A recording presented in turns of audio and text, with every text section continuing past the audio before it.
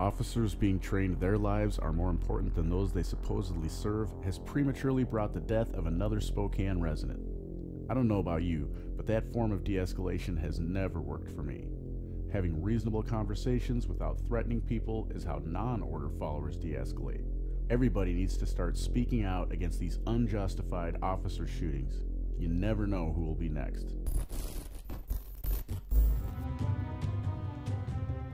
Demanding accountability and defending your rights against the police specifically, and the government generally, are difficult and dangerous tasks. Your right to watch the government and record what you see is a natural right that is protected by the Constitution, and it cannot be taken away by the government. Unfortunately, I'm back already with another officer-involved shooting in Spokane, Washington. The first of the year took place on January 7th when Officer Brandon Rankin quickly shot a man carrying a baseball bat. If you want to check out my report on that killing, a link to my video is in the description. It is very controversial as the person shot was not carrying a gun as reported, but he had a bat.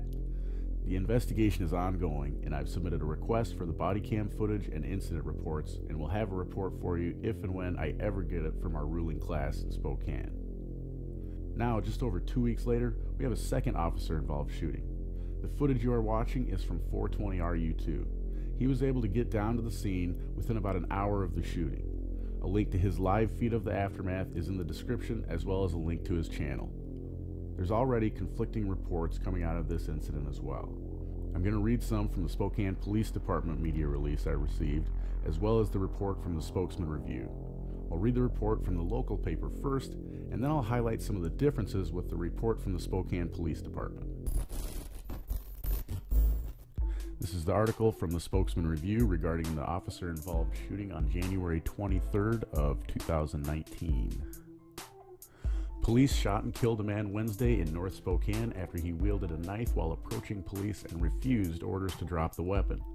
At about 3:35 p.m., Spokane police officers responded to a call about a man threatening people with a gun near West Fairview Avenue on North Monroe Street, Assistant Police Chief Justin Lundgren said.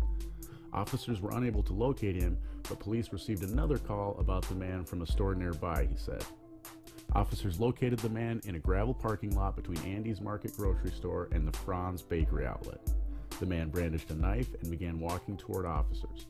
Officers shouted at the suspect, telling him to drop the weapon, and shot him 5 times when he refused, Lundgren said. Lundgren said the man died from his wounds. The man's name was not immediately available. One witness, Ryan Riggin, captured the shooting on video, but he declined to share it with the media. It appeared to show a man holding an object walking toward a police officer. When the man is about 5 feet away, the officer shoots him at least 4 times. Because of the video's quality, it's unclear whether the man is holding a weapon. Nathan Solly, who operates the furniture outpost across the street, said minutes before the shooting, the man had run into the middle of the street where he was yelling and swearing. He was just being crazy and cursing and slurring, Solly said, and then he disappeared for about 5 minutes. Solly said the man entered the grocery store and several police cars pulled up a few minutes later. He said he saw 3 officers, some holding assault rifles, exit their vehicles and stop near the vehicles in the alleyway between the store and the Franz bakery. While he couldn't see the shooting because of the angle of where he was standing, he said he heard at least 3 gunshots. Christopher Gray, who posted a photo of the scene shortly after the shooting to Facebook, said he walked up to the parking lot just as shots were being fired. I was super stunned at what I heard, he wrote in the post. I can't be definite on how many shots or the amount of officers. The Spokane County Sheriff's Office will conduct the investigation, and the Spokane County Medical Examiner will release the name of the suspect. Lundgren could not confirm if the responding officers had turned on their body cameras. Now I'm going to read the media release from the Spokane Police Department. This was put out last night, January 23rd, the same evening of the officer-involved shooting. Tonight, January 23rd, 2019, at approximately 3:35 p.m., Spokane police officers responded to the area of 3000 North Monroe Street to reports of a man threatening citizens with a handgun. Officers on scene were not able to locate the subject and began checking the area. Soon after, officers received an update the male had returned to the original location. Officers quickly located the suspect and saw him armed with what appeared to be a knife. He refused to follow officer commands. Officers tried to de-escalate the situation, but the male did not comply. The suspect closed distance on the officers while holding what appeared to be a knife, and officers fired their service weapon, striking the suspect. Officers immediately provided first aid to the suspect until the medics arrived on scene and took over medical care. Despite the life-saving measures, the suspect was pronounced deceased at the scene. No other citizens or officers were injured. The officers on scene were equipped with body cameras, which will be reviewed by investigators. Any surrounding businesses with surveillance video of the incident should notify detectives so it can be collected as part of this investigation. The officer-involved protocol was enacted. The SIRR team is on scene investigating the incident and processing the scene. The SIR team is comprised of multiple agencies in Eastern Washington, including the Spokane County Sheriff's Office, the Washington State Patrol, and the Spokane Police Department. The Spokane County Sheriff's Office is the case managing agency in this incident. All future communications on this incident will be sent via the SIR team. The Spokane Police Department will release the names of the officers involved in this incident. Once the SIR team investigation is complete, the case will be forwarded to the Spokane County Prosecutor's Office for review.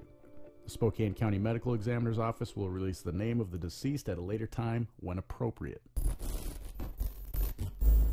As you can see, the order-following minions of local law enforcement are here in heavy force for an investigation. I guess the way I see it, based on what I know cops do, this is them getting their story straight so they can present their propaganda to the public, letting us know none of our hero order followers were hurt. Only a free man who wouldn't comply with their commands of de-escalation.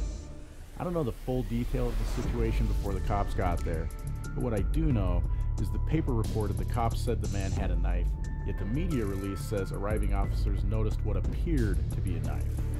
I'm tired of officers shooting and killing off of appearances. A couple of weeks ago, a bat appeared to be a rifle.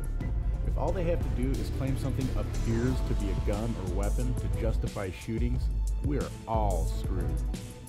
Another observation from this situation is how officers de-escalate.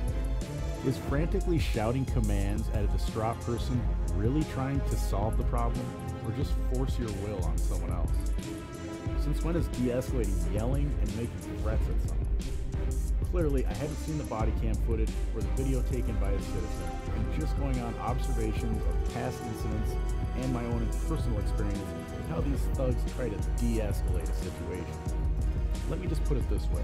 If the rest of us de-escalated the same way, we would more than likely end up in cages at the hands of these corporate thugs. Guys, thanks again for all of your support. If you like my work and want to help me grow, I won't let you down. I have links to all my platforms in the description, where you can visit the Questionable Authority store and support me by getting some gear to show you believe in freedom from our rulers. I have a brand new design inspired by the yellow vests in France. There's a real revolution taking place in France right now, and we all should be paying attention and joining them in the fight against globalist interests everywhere. I hope you enjoyed this video. Make sure to hit the like button and share it with everyone you know. Find us on Twitter, as well as censorship-free platforms like BitChute and Steemit or DTube. Of course, subscribe if you haven't already, and don't forget to smile at someone you don't know every day.